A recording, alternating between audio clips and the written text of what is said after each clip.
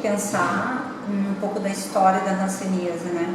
Ela já é muito longa, ela é muito lá para trás. Se a gente pegar questões lá da Bíblia, tu já tem história com outro nome, que segundo a lei mudou, que antigamente chamava de lepra, né? Então, se tu pegar lá da época da Bíblia, tu já tem. Só que naquela época, isso eu comento muito nas palestras que eu dou, naquela época já diziam que as pessoas que tinham aquelas lesões, elas estavam sendo castigadas por alguma coisa que elas fizeram, então era um castigo.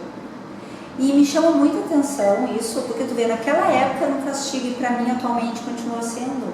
É muito parecido, porque o que acontece? Assim, meus avós moraram no Hospital Colônia Itapuã, né? Eu passei a minha infância lá dentro, mas eu sei da história anterior a mim. Por exemplo, assim, ó, minha avó usava um tênisinho Conga, não sei se você lembra daquela marca Conga, eu nunca tinha visto o pé dela.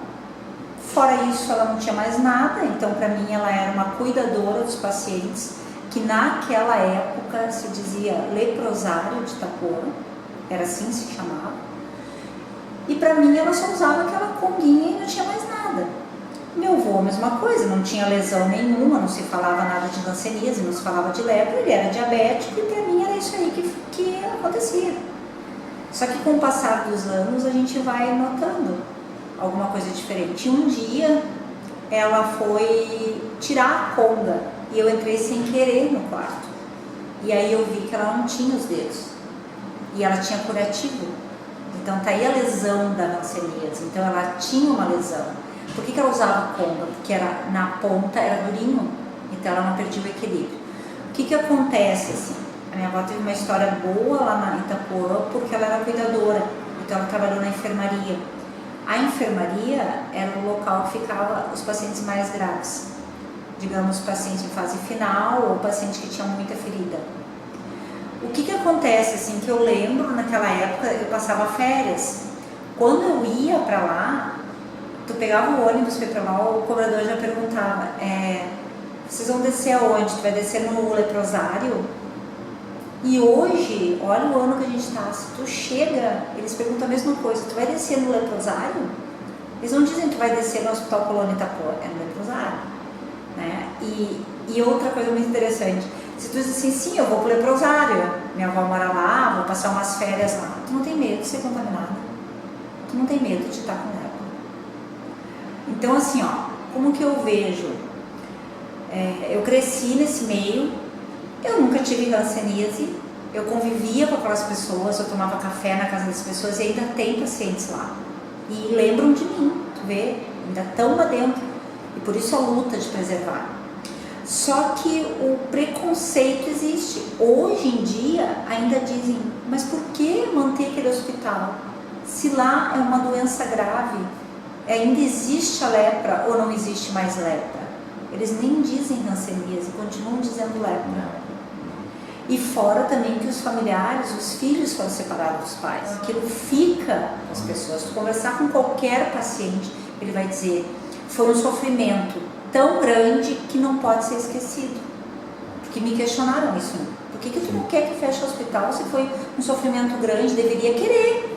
Digo, não, mas não é que eu não quero que feche o hospital. Eu quero que transforme o hospital, mas que a memória do que aconteceu aqui não seja esquecida. Bom, vamos falar um pouco da questão assim do Brasil. Primeiro que tu não vê falar muito de hanseníase, né? Tu tem o programa no estado, tu tem programa nas UBS, no município, mas tu não vê falar em hanseníase. O que eu vejo o Brasil? O Brasil ele é considerado o país que mais tem casos de hanseníase. Aí tu vai me dizer, sim, mas ninguém fala nada, como é que tem casos?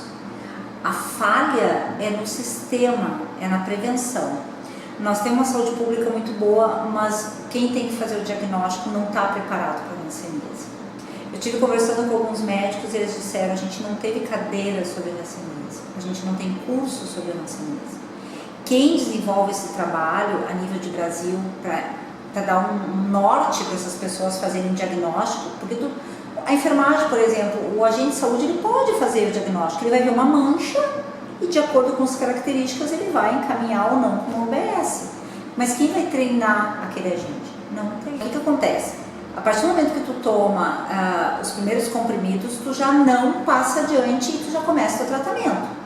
Agora, se tu não começar o tratamento, tu tá passando adiante. E o pior, tu vai ter um período de 6 meses a 7 anos para passar. E daqui a pouco tu acha que tu nem tá passando nada. Daqui a pouco tu nem sabe que tu tá contaminado. Te mandei, são manchas que daqui a pouco tu vê no ônibus, tu vê aqui no corredor, tu acha que é uma alergia de alguma coisa, porque muitas manchas acham que é alergia. Só que se tu fizer o teste no meio dela e tu ver sensibilidade, tu vai ver que ali pode ter sintomas de hanseníase. O problema da hanseníase é que se tu não faz um diagnóstico inicial, ela vai avançando e tu começa a ter lesão neurológica. O que é lesão neurológica? Começa a ficar com deformidades nas mãos, que eu acho que eu te mandei uma foto, então tu fica com aquela mão como se fosse empunhadura, assim, né? Ou entorta, fica assim. Tu pode ter lesões nos olhos, se observar, eles têm, em volta dos olhos é mais esbranquiçado, dentro é mais vermelho, tem problemas de visão também, perde a sudorese, perde a sensibilidade. Às vezes tu encontra paciente que diz assim, nem sabe que é paciente, eu caminho 10 km por dia, vamos falar de atleta, eu caminho 10 km por dia e eu tô sempre com lesão nos pés, mas eu não sinto. Isso me chamou a atenção um dia, eu digo, mas como tu não sente uma lesão nos pés? Não sinto.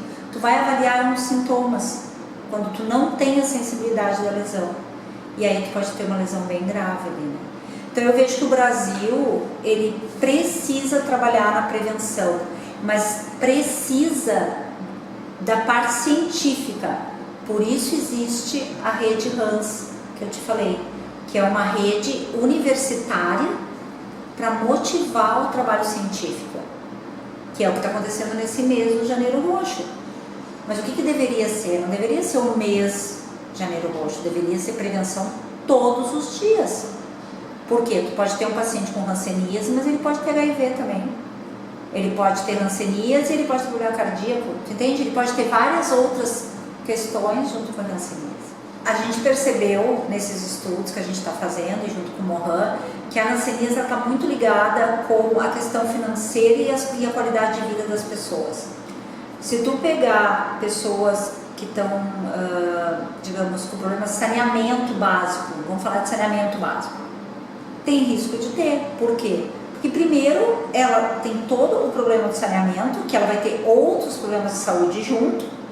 Segundo, que nós vamos ter que ter um acesso naquele local, porque aí entra a questão dos agentes de saúde, dos técnicos de enfermagem, da medicina de família, né?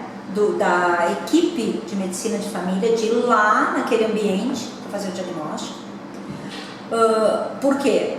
Porque ela pode estar com a doença e não sabe, não tem como saber. Então, assim, para mim, ela está ligada à saúde pública e à qualidade de vida desses pacientes. Muito ligada. Assim, o Mohan, ele é nacional, né? São duas coisas que a gente tem que entender. O Mohan é o movimento de reintegração, para te ver como um preconceito, de pessoas atingidas pela hanseníase. Isso é o Mohan, tá? Nacional. E existe a rede Hans nacional, que caminha junto, que é a rede universitária para prevenção, para estudo, projeto científico.